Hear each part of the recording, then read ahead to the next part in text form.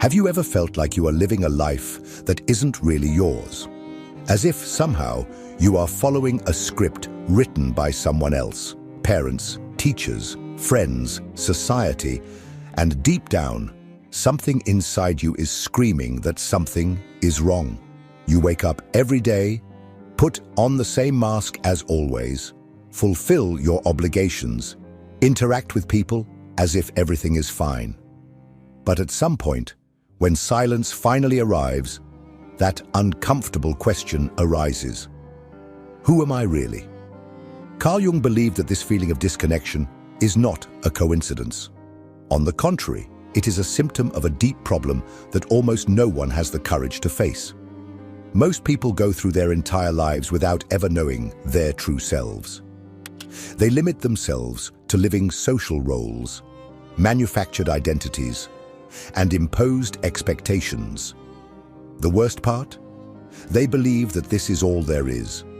They die without ever having known their own soul. And now comes the most important question.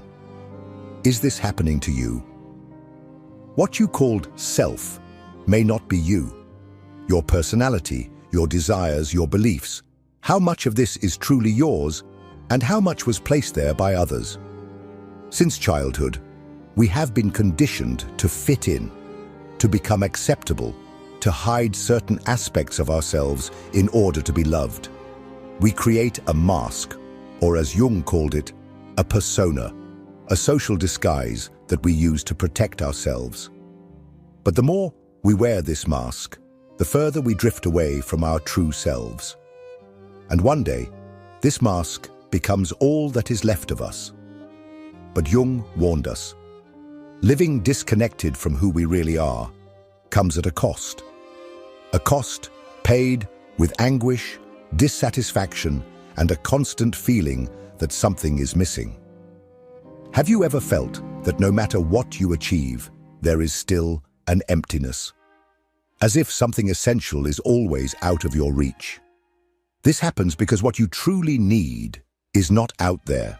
It is not in a better job, in a perfect relationship, or in the recognition of others. It is within you, buried under layers and layers of conditioning. The big question is, are you willing to dive into your own psyche and discover who you really are? Because this journey is not easy. Finding the true self requires you to confront everything that has been repressed, forgotten, or distorted over the years. It means looking inward and facing parts of yourself that you might prefer to avoid. But this is also the only way to free yourself. In this video, we will explore the journey that Carl Jung called individuation, the process of becoming whole, of integrating all parts of yourself and finally living according to your true essence. Are you ready for this? Then let's begin. Since childhood, you learned that to be accepted, you needed to behave in certain ways. Perhaps you were taught to be polite, not to speak too loudly, not to show anger, to please others. Or maybe you learned that you had to be strong all the time, hide your weaknesses, and appear confident even when you were filled with doubts inside. Unbeknownst to you, you began to shape an identity that was not only yours, but a reflection of what the world expected of you. Carl Jung called this mask the persona.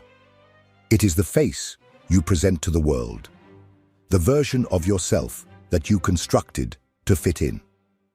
And don't be fooled, we all have one. If you have ever acted differently at work, at home, with friends, or even on social media, then you have already experienced the power of the persona in your life. Is it useful? Yes. Without it, we wouldn't be able to relate socially. But there is a great danger. When you completely identify with this mask, you start to forget who you really are. Think for a moment. How many times have you said or done something just to be accepted? How many times have you hidden what you really thought out of fear of judgment? How many times have you caught yourself smiling when inside you wanted to scream? This happens because, at some point, the persona stopped being just a role and began to dominate your existence. You are no longer an authentic individual, but a character playing a role you didn't even consciously choose. And here lies the problem. The persona cannot sustain your soul. It can bring acceptance, but not fulfillment. It can guarantee compliments, but not genuine happiness. In the long run, living solely through the persona leads to an empty life, where you feel that something essential is missing, but you can't identify what it is. And worse still, the more you cling to this mask, the further you drift from your true essence. But if the persona is not your true self, then who are you really? To answer this question, we need to look at the other side of the coin, at the part of you that has been repressed and pushed into the unconscious. Jung called this the shadow, and this is where the true quest for your true self begins. But be careful. What is hidden in the shadow is not always easy to face. Are you ready to discover? Then, continue with me. If this content is making sense to you, click the subscribe button and subscribe to the channel. Thank you for your support. If the persona is the mask you wear to be accepted, then the shadow is everything you hide to avoid being rejected. But here's the problem. What you repress doesn't disappear. On the contrary, it gains strength in your unconscious, operating in the shadows of your mind, influencing your emotions, your fears, and even the choices you make in life without you realizing it. Carl Jung described the shadow as the hidden side of the psyche, composed of everything that has been repressed throughout life. Prohibited desires, contained anger, weaknesses you don't want to admit, traumas you tried to forget. And you know what's worse? Many of the things in your shadow aren't even bad. They are just parts of you that, at some point, someone said were unacceptable. Perhaps, as a child, you showed too much curiosity, but were called inconvenient and learned to stay quiet. Maybe you felt the urge to express anger but were taught that it was wrong. And now, you swallow your frustrations until they explode. Perhaps you showed sensitivity, but society convinced you it was weakness, so you learned to hide your feelings. All of this, all the parts of you that were denied, did not disappear. They just hid in your shadow, waiting for the moment to emerge. And they do emerge.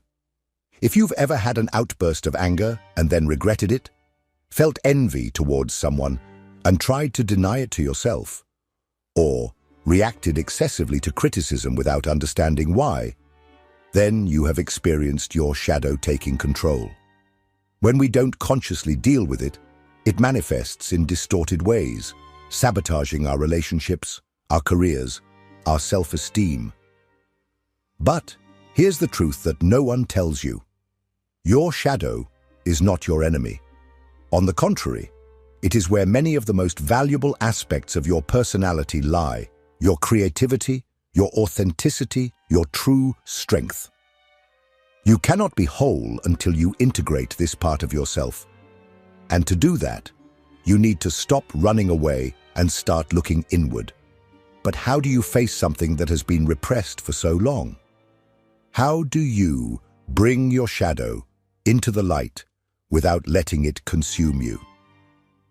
The answer lies in a central concept of Jungian psychology: the self, or the true self, and that is exactly what we are going to explore now.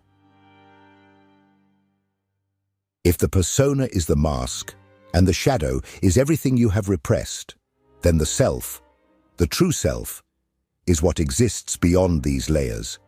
It is the totality of your psyche, the harmonious fusion between who you truly are and who you show to the world. Jung believed that the purpose of life was not simply to follow a path predefined by society, but rather to become whole, to discover your true essence, and to live according to it. This process of self-discovery and integration is what he called individuation, But finding the self is not something that happens by chance. It is not something that simply appears one day in front of you, like a magical epiphany. The self does not reveal itself to those who are not willing to face the truth about themselves. You need to actively seek it out, and this quest requires a deep journey within yourself. It is a confrontation with everything you have been taught to hide, a reconciliation between your most authentic desires and the restrictions imposed by the outside world.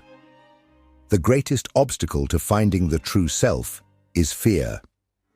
Fear of losing the identity you have built over the years. Fear of realizing that many of your choices were not truly yours. Fear of facing aspects of your personality that you have denied for so long. This fear causes many people to never find the self. They spend their entire lives clinging to the persona, pretending to be something they are not, while their shadow operates behind the scenes, sabotaging their chances of genuine happiness. But when you begin to integrate your shadow and question the masks you wear, something incredible happens. You start to feel a kind of freedom you have never experienced before. You discover that you no longer need to pretend to be someone you are not. You realize that you no longer need to please everyone. You begin to act more authentically, to make decisions that make sense to you, and not just to meet the expectations of others. And the most interesting part? The closer you get to yourself, the more life begins to make sense. The anxieties and frustrations that once seemed inexplicable begin to have a clear root. You understand why certain patterns repeat, why certain situations affect you so much, why certain relationships never worked out. You start to realize that, throughout your life, there was something inside you trying to show you the way. But you were too busy trying to fit in to listen. But there is an important detail. The path to finding the self cannot be walked in isolation. There is a fundamental element in this journey that many ignore: the unconscious and the archetypes that shape the way we think, feel, and behave. If you do not understand these hidden forces, you will never be able to fully comprehend who you are. And that is what we will explore next. The human mind is not just what we see and consciously understand. Most of our psyche is hidden, operating at a deep and invisible level. Jung believed that to find the true self, it is not enough to look at our rational thoughts and daily decisions.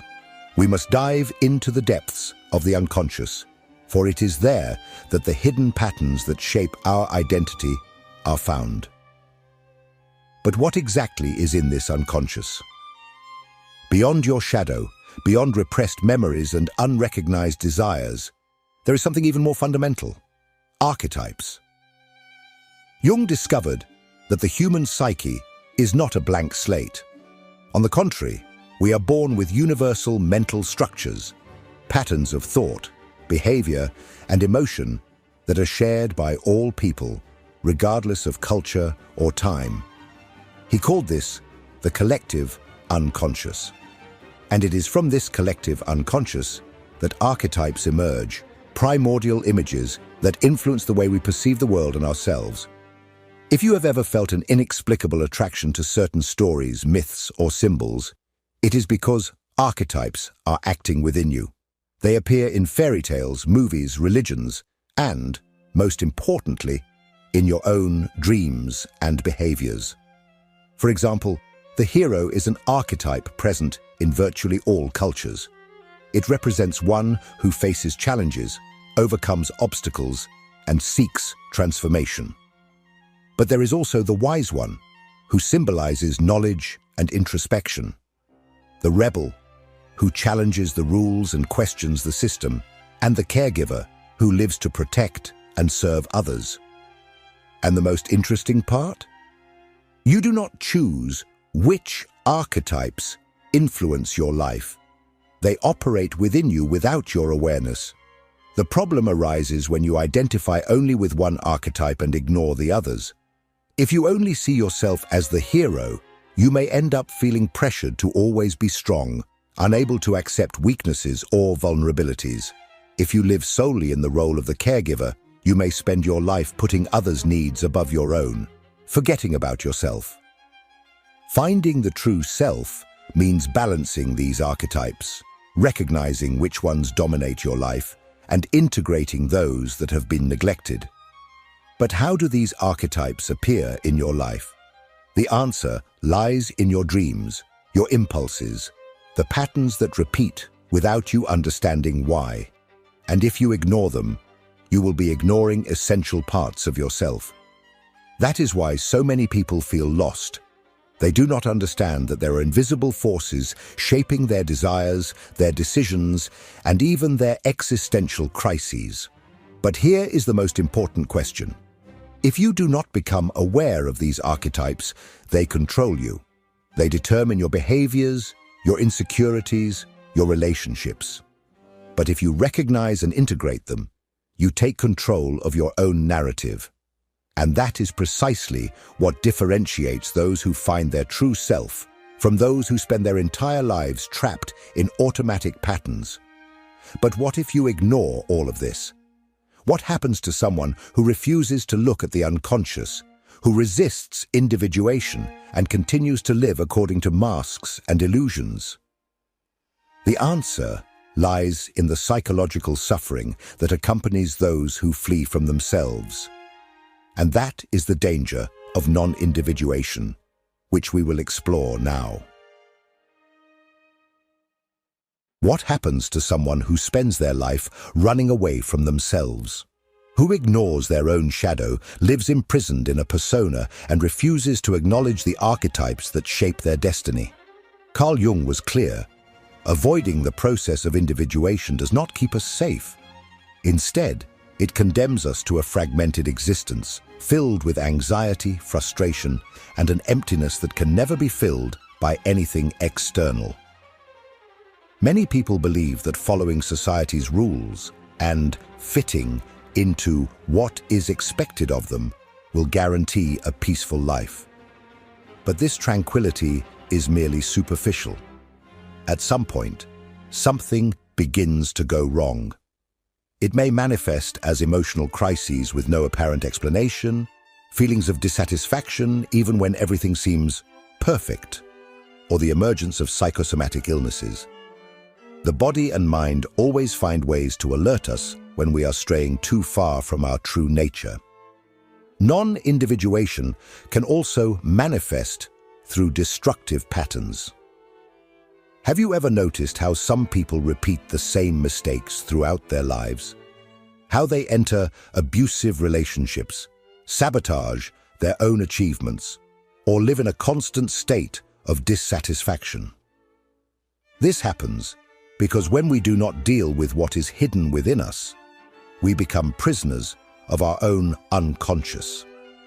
It finds ways to express itself, even if it is through suffering. Another common symptom of non-individuation is the feeling that we are merely existing, but not truly living. This manifests in a monotonous routine, in a life without purpose, in a sense that we are just going with the flow, without a clear direction. This is the reality for millions of people who have never questioned whether the life they lead is truly the life they chose. They follow inherited patterns, imposed beliefs, and external expectations without ever stopping to ask, does this really make me happy? And the most dangerous of all, resentment. When a person ignores who they really are, they inevitably feel anger, but they do not always know where that anger comes from. They may turn against others, blaming the world, the system, their family, or society for their suffering. Or they may turn inward, transforming into depression, self-sabotage, and a deep disconnection from their own existence. But there's a way out. There's a way to break this cycle and free oneself from this invisible prison. The answer lies in the courage to face the truth, to question one's own illusions, and to seek individuation. This process is not easy. It requires strength, determination, and the willingness to look within, even when what we find is not pleasant. And now we come to the crucial point. What does it mean, in practice, to be yourself? What is it like to live without masks, without repression, without fear of external judgment? What happens when you truly find your true self? Let's explore this in our conclusion. Finding your true self is not a destination, but a process. It is not something that happens overnight, as if one day you simply wake up and know exactly who you are.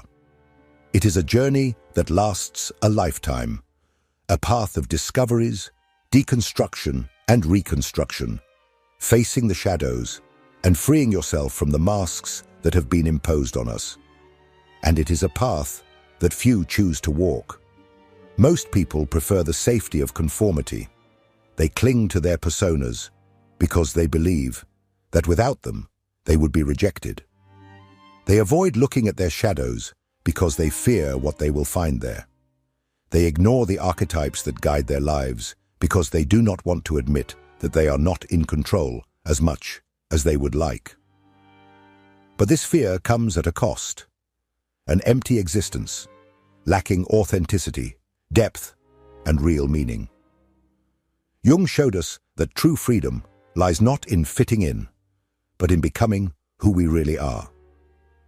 This means accepting your wholeness, both your qualities and your flaws, both your light and your darkness. It means taking control of your own life, rather than being just a product of your environment, culture, and others' expectations. It means abandoning the role of puppet and becoming the author of your own story. But this path requires courage. Courage to let go of the illusions that have been comfortable for so long. Courage to face your own fears and insecurities. Courage to accept that you may not be who you thought you were, and that's okay, because now you have the opportunity to become someone much greater, much more authentic, much more alive.